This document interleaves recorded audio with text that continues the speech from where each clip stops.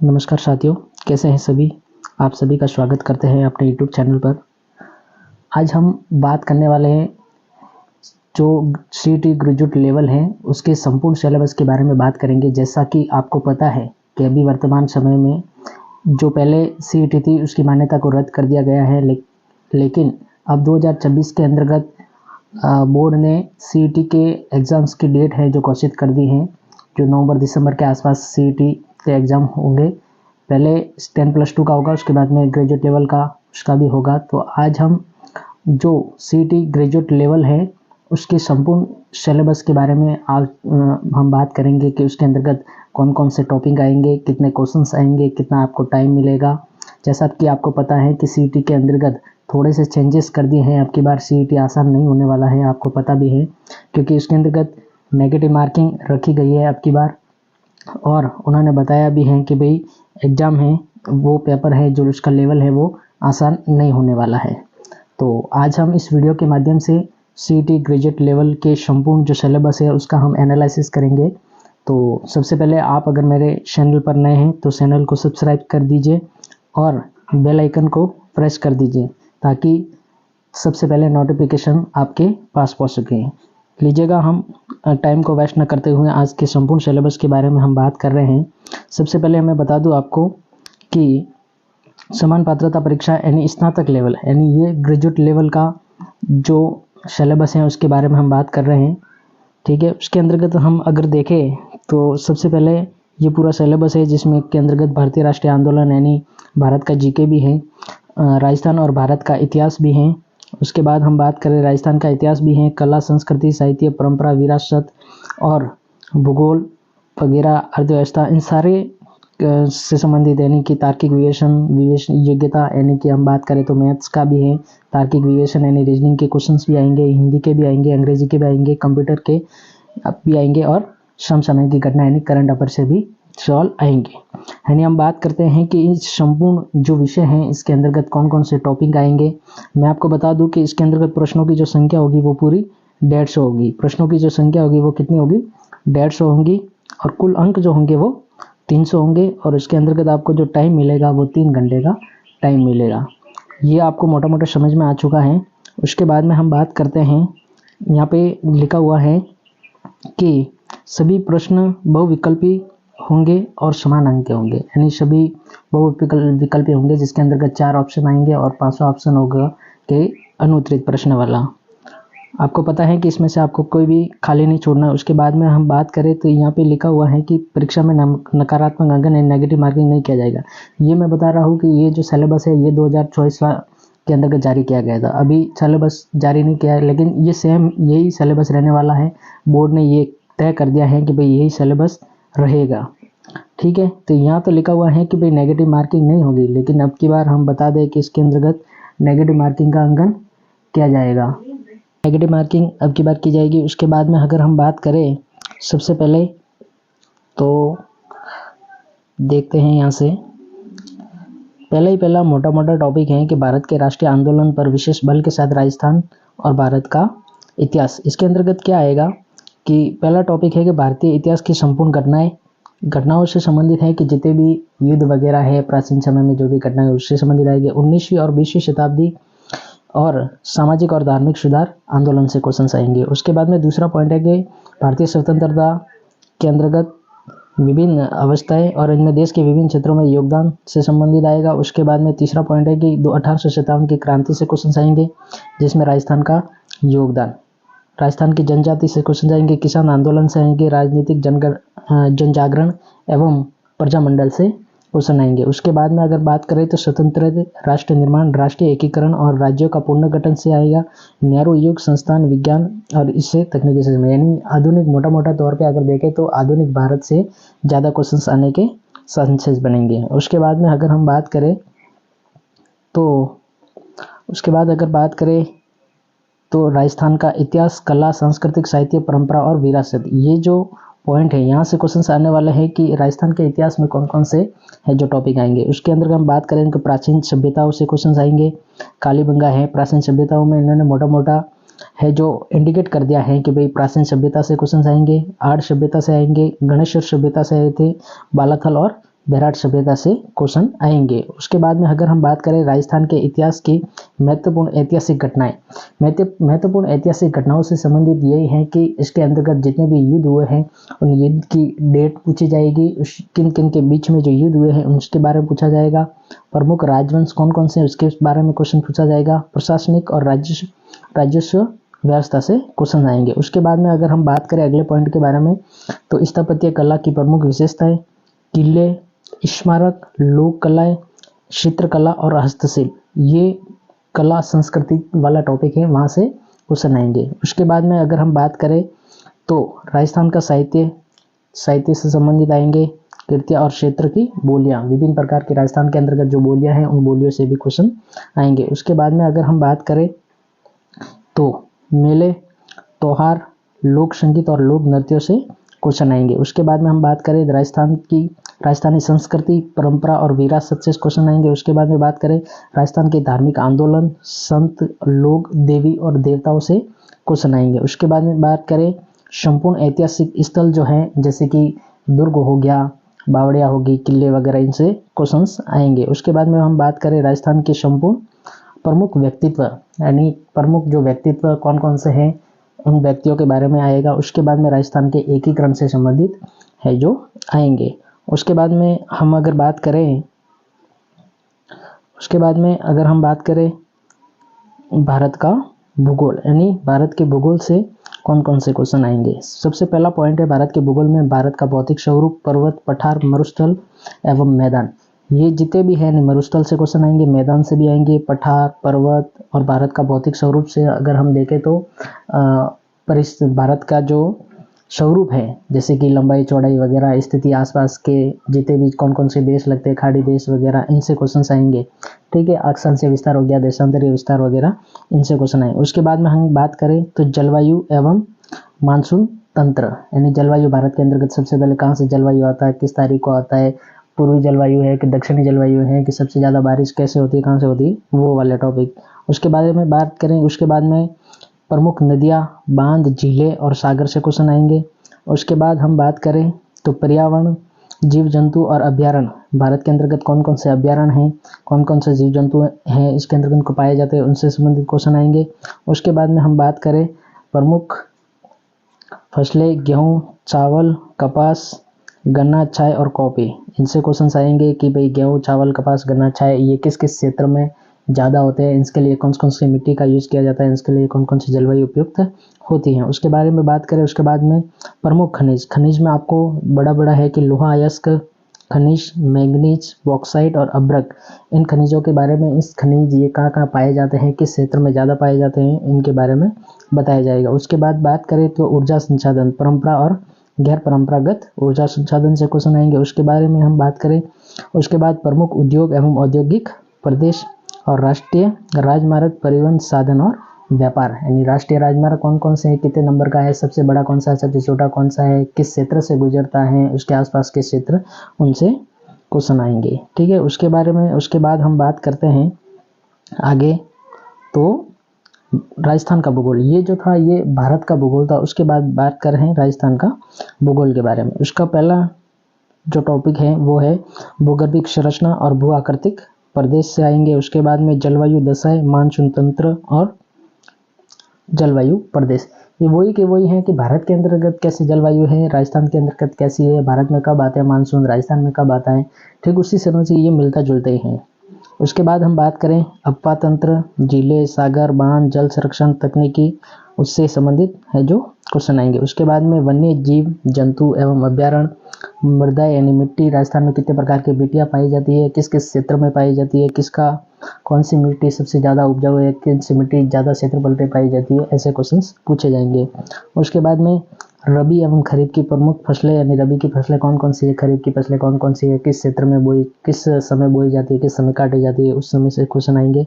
उसके बाद में सबसे मेन टॉपिक है जनसंख्या वाला, वृद्धि, घनत्व, साक्षरता, लिंगानुपात, इस टॉपिक से सबसे ज़्यादा क्वेश्चन आते हैं और ये इतना खतरनाक टॉपिक है कि ये पूरा का पूरा है जो आपको रटना ही पड़ेगा। ये बड़ा टॉपिक है, अच्छा टॉपिक है, पूरा रटना पड़ेगा। इसमें के अंतर्गत अच्छे क्वेश्चंस पूछे जाते हैं। एक ही पेपर में कम से कम 3 से 4 क्वेश्चन इसके पूछे जाएंगे। उसके बाद में बात करते हैं प्रमुख जनजातियों के बारे में। राजस्थान के अंतर्गत प्रमुख कौन कौन सी जनजातियाँ हैं उससे। उसके बाद में धात्विक और अधात्विक पदार्थों के बारे में, खनिज, धात्विक खनिज और अधात्विक खनिज कौन कौन से हैं। उसके बाद में ऊर्जा संसाधन, परंपरा, गैर परंपरागत। उसके बाद पर्यटन स्थल, राजस्थान के अंतर्गत कितने पर्यटन स्थल है, कौन कौन से हैं फेमस, उसके बारे में पूछा जाएगा। उसके बाद में यातायात के साधन है, राष्ट्रीय राजमार्ग, रेल मार्ग और वायुयान के बारे में पूछा जाएगा। उसके बाद हम बात करते हैं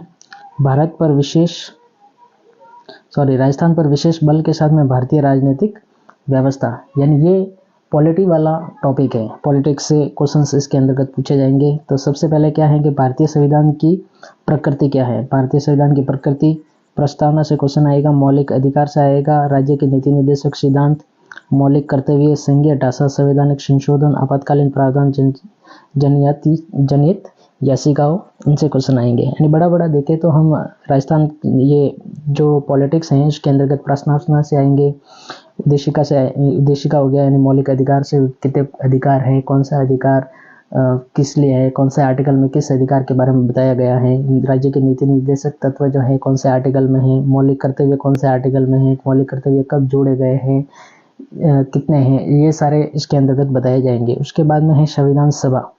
संविधान सभा में आपको बताएगा संविधान सभा के अंतर्गत कितनी बैठकें हुई थी वगैरह, संविधान सभा के अंतर्गत कौन थे, किन्होंने साइन किए, किन्होंने नहीं किए, उनके बारे में। उसके बाद में भारतीय संविधान की प्रमुख विशेषता क्या क्या है उसके बारे में बात करेंगे। फिर राष्ट्रपति, प्रधानमंत्री, मंत्रिपरिषद, संसद, उच्चतम न्यायालय के बारे में पढ़ना है आपको पूरा का पूरा पॉलिटिक्स। उसके बाद में बात करते हैं संघीय एवं राज्य कार्यपालिका, निर्वाचन आयोग, नियंत्रक, महालेखा परीक्षक, मुख्य सूचना आयुक्त, लोकपाल, राष्ट्रीय मानवाधिकार आयोग, स्थानीय स्वायत्त शासन एवं पंचायती राज के बारे में आपसे क्वेश्चन पूछे जाएंगे।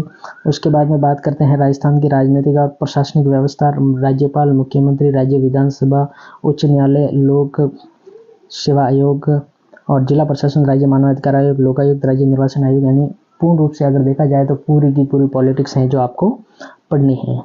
उसके बाद में हम बात करते हैं भारत की अर्थव्यवस्था के बारे में। देखिए ज्योग्राफी हो गई, पॉलिटिक्स हो गई, अब बारी आती है भारत की अर्थव्यवस्था के बारे में।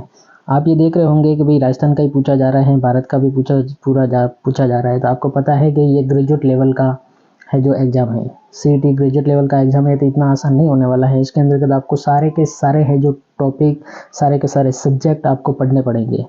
ठीक है, ऐसा नहीं है कि ये एक सीईटी समान पात्रता के अंतर्गत ऐसा है कि इसके अंतर्गत सिर्फ एकमात्र जो संस्कृत सब्जेक्ट है उसको छोड़ के लगभग पूरा है जो आपको पढ़ना ही पड़ेगा। उसके बाद हम बात करते हैं अर्थव्यवस्था के अंतर्गत क्या क्या आएगा। बजट का निर्माण, बैंकिंग से संबंधित सेवा, राष्ट्रीय आय संवर्धी विकास, आधारभूत ज्ञान के बारे में। उसके बाद में सब्सिडी, लोक वितरण प्रणाली, ई कॉमर्स। अर्थव्यवस्था के प्रमुख उद्योग यानी कृषि उद्योग, सेवा, व्यापार क्षेत्रों में वर्तमान स्थिति, मुद्दे, पहल के बारे में। हरित क्रांति के बारे में ज़्यादा ये जो 5 वर्षीय योजना के बारे में आप ज़्यादा पढ़ना, 5 वर्षीय योजना से अच्छे क्वेश्चन आते हैं।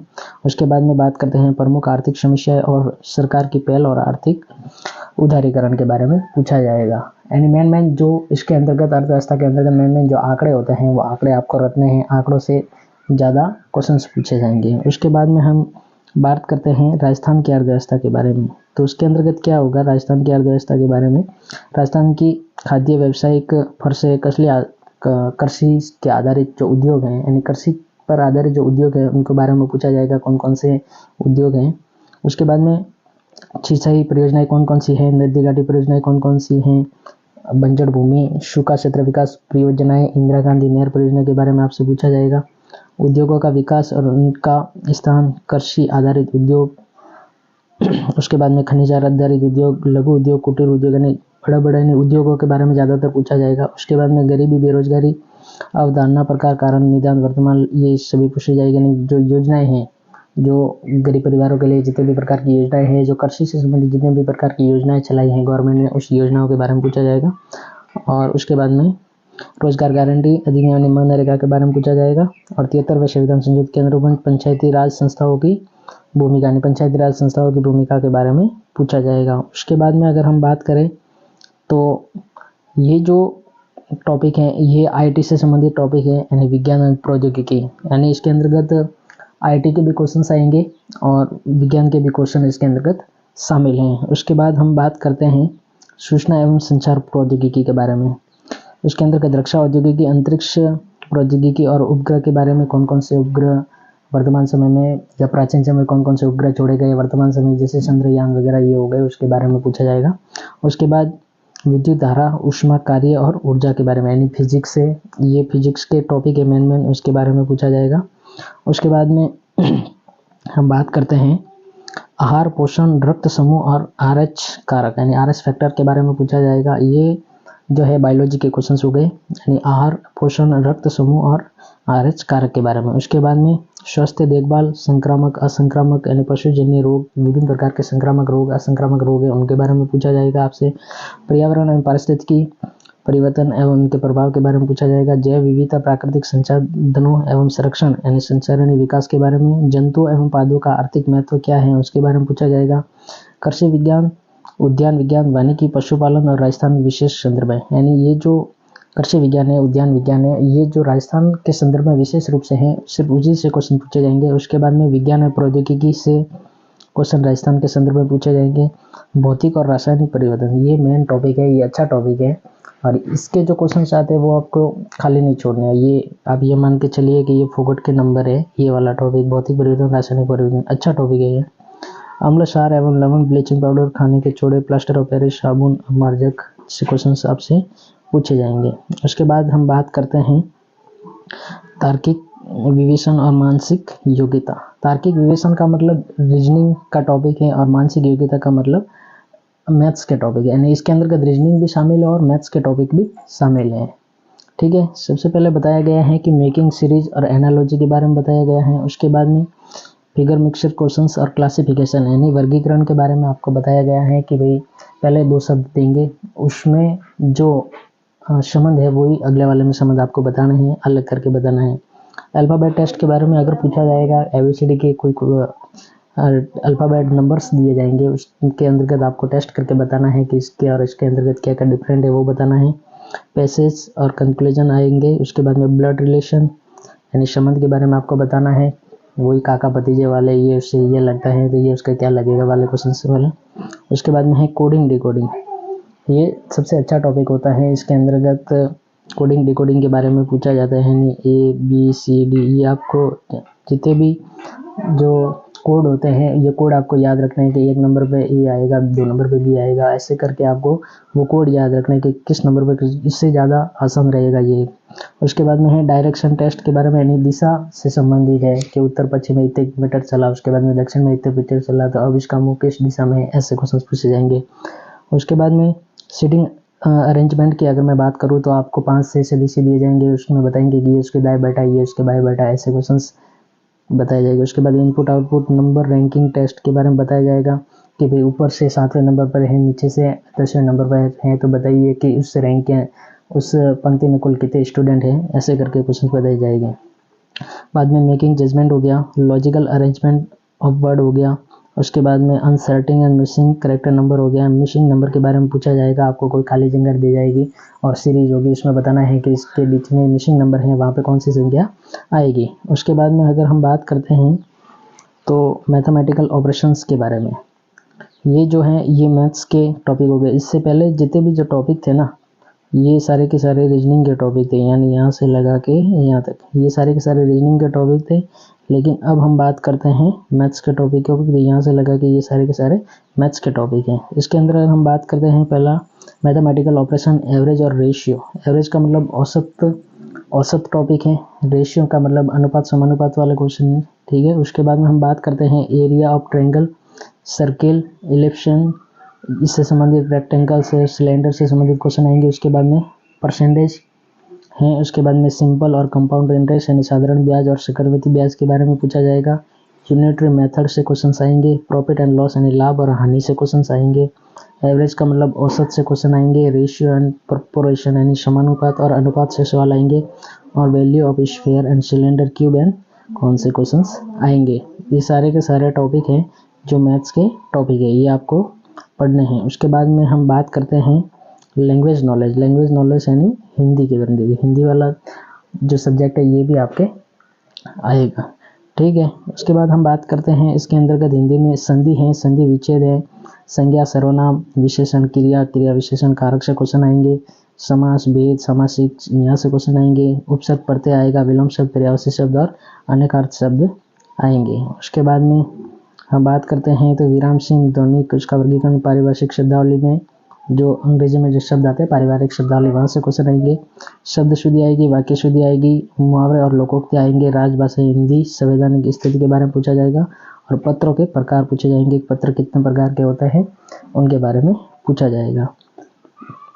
उसके बाद हम बात करते हैं इंग्लिश सब्जेक्ट के बारे में। तो इंग्लिश में use of article and determinants आएंगे, टेंस आएगा, सीक्वेंस ऑफ टेंस आएगा, वॉइस में passive voice and active voice, passive and active आएगा। उसके बाद में नरेशन, डायरेक्ट और इनडायरेक्ट से क्वेश्चन आएंगे, यूज ऑफ प्रपोजिशन से क्वेश्चन आएंगे, translation of ordinary common English sentence in translation से क्वेश्चन आएंगे। उसके बाद में सिनोनिम एंड एंटोनिम से क्वेश्चन आएंगे और कंपैरिजन ऑफ गिवन पैसेज से क्वेश्चन आएंगे। उसके बाद में glossary of official technical instruments के बारे में क्वेश्चन आएंगे, letter of writing, official, demi official यानी पत्र के प्रकार के बारे में आएगा। उसके बाद में आइटम्स एंड फिर से आएंगे और वन वर्ड सब्स्टिट्यूशन से क्वेश्चंस आएंगे। उसके बाद में हम बात करते हैं थोड़ा सा उसके अंतर्गत कंप्यूटर वाला सब्जेक्ट भी इसमें शामिल है। तो करेक्टराइज ऑफ कंप्यूटर यानी कंप्यूटर की विशेषता के बारे में आएगा। उसके बाद में कंप्यूटर ऑर्गेनाइजेशन इंक्लूडिंग यानी RAM, ROM, file system, input device, computer के software, relation between hardware and software, इनसे संबंधित क्वेश्चन आएंगे। ऑपरेटिंग संबंधित क्वेश्चन आएगा और एमएस ऑफिस में आपको वर्ड पढ़ना है, एक्सेल पढ़ना है, स्प्रेडशीट और पॉइंट ये सारे इतने टॉपिक है यहाँ से कंप्यूटर के बारे में आएगा। यानी ऊपर वाला पार्ट आएगा, ज़्यादा डीप आपको पूछा नहीं जाएगा। ठीक है, उसके बाद हम बात करते हैं समसामयिकी यानी कि ये करंट से संबंधित है। ये वाला पार्ट जो है ये पूरा का पूरा करंट में आपको राजस्थान, भारत का और अंतर्राष्ट्रीय तीनों का करंट से कुछ ना कुछ पूछा जाएगा। इसमें सबसे पहले है राजस्थान, भारतीय और अंतर्राष्ट्रीय महत्व समसामयिक घटनाओं के बारे में, यानी वर्तमान समय में कौन कौन सी जैसे राजस्थान, भारत और अंतर्राष्ट्रीय लेवल पर कौन कौन सी घटनाएं हैं उस घटनाओं के बारे में पूछा जाएगा। वर्तमान में चर्चित व्यक्ति, स्थान और संस्थाओं के बारे में, वर्तमान में चर्चित व्यक्ति कौन है, जैसे किसी पद का नाम हो गया, भारत में जितने भी विभाग है उस विभागों के अंदर जैसे निर्वाचन आयोग हो गया, उनके मानवाधिकार आयोग वगैरह, इन आयोगों के वर्तमान अध्यक्ष कौन है उनके बारे में पूछा जाएगा। संस्थान है, संस्थानों के बारे में, चर्चित व्यक्तियों के बारे में। उसके बाद खेलकूद से संबंधित पूछा जाएगा, वर्तमान समय में खेल है उसके अवार्ड है, किस किस को कौन कौन से अवार्ड वगैरह दिए गए हैं इनके बारे में पूछा जाएगा। यानी ये पूरा का पूरा सिलेबस है जो मैंने आपको बता दिया है। इसके अंतर्गत कौन कौन से टॉपिक आएंगे वो भी बता दिया है। तो अभी हम आपको बता दें कि भाई ये एग्ज़ाम आसान तो नहीं होने वाला है, क्योंकि इसके अंतर्गत है जो पूरा का पूरा पूरे के पूरे इतना बड़ा जो सिलेबस है, जैसे आरएस लेवल का सिलेबस है वो पूरा बताया गया है। इसके अंतर्गत आपको डीप लेवल का पढ़ना भी होगा, पेपर भी आसान नहीं होने वाला है। अब की बार शायद 40% का क्राइटेरिया या 60% का क्राइटेरिया ये जो भी रखेंगे वो अब बोर्ड के ऊपर निर्भर करेगा कि कितना क्राइटेरिया ये रखते हैं। उसके बाद हम बात करते हैं कि जो पेपर का लेवल होगा वो भी आसान नहीं होने वाला है, तो आपको ध्यान रखना है और पेपर अच्छे से देना है। नेगेटिव मार्किंग है, जितने क्वेश्चन आते हैं उतने ही अटेंड करने हैं। बाकी ये वीडियो आपको कैसा लगा, सारी इन्फॉर्मेशन आपको बता दी है। आगे से आगे सभी स्टूडेंट तक शेयर करना और सबसे अहम बात यह है कि वीडियो को लाइक करना और चैनल को सब्सक्राइब जरूर करना। जय हिंद, जय भारत।